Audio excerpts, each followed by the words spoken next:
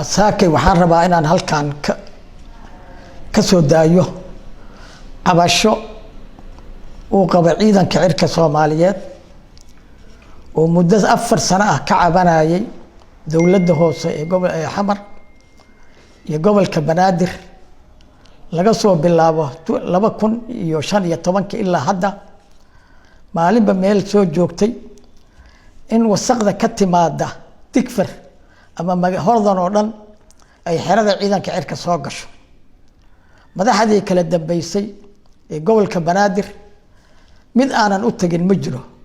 gudoomiyaha gobolka Banaadir ee hadda cusub mudane Umar Maxamed Maxamuud Umar Finish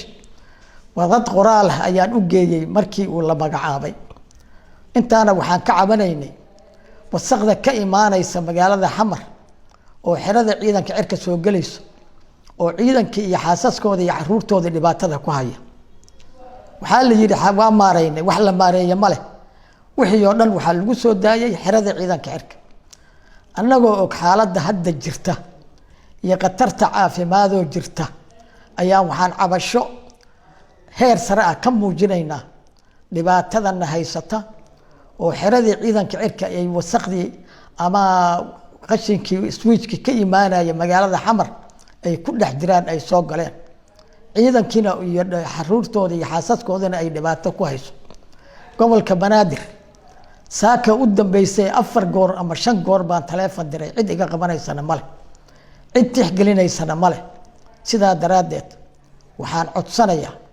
waan codsi dheer ku jeedinayaa in arrintan wax laga qabto oo dadka xerada degan ciidanka kala duwan ciidanka cirka iyo ciidanka xoogga ama ciidanka dhulka gaadiidkii muusikadii xaasaskoodii caruurtoodii saraakiisha ciidamada xoogga dalka Soomaaliyeed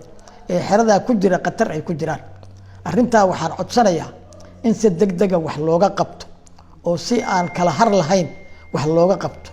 gaar ahaan maamulka gobolka Banaadir waxaan si xushmad iyo qadarin leh uga codsanayaa in arrintan wax laga qabto arrintan ma ahayn inay raadiyaha gasho ama aan ka hadlo ee waxay ahayd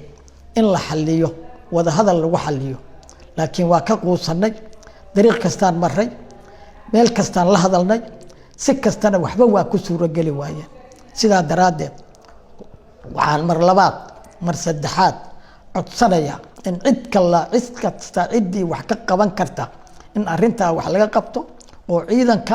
iyo xaasaskooda iyo caruurtooda la badbaadiyo wabillahi tawfiiq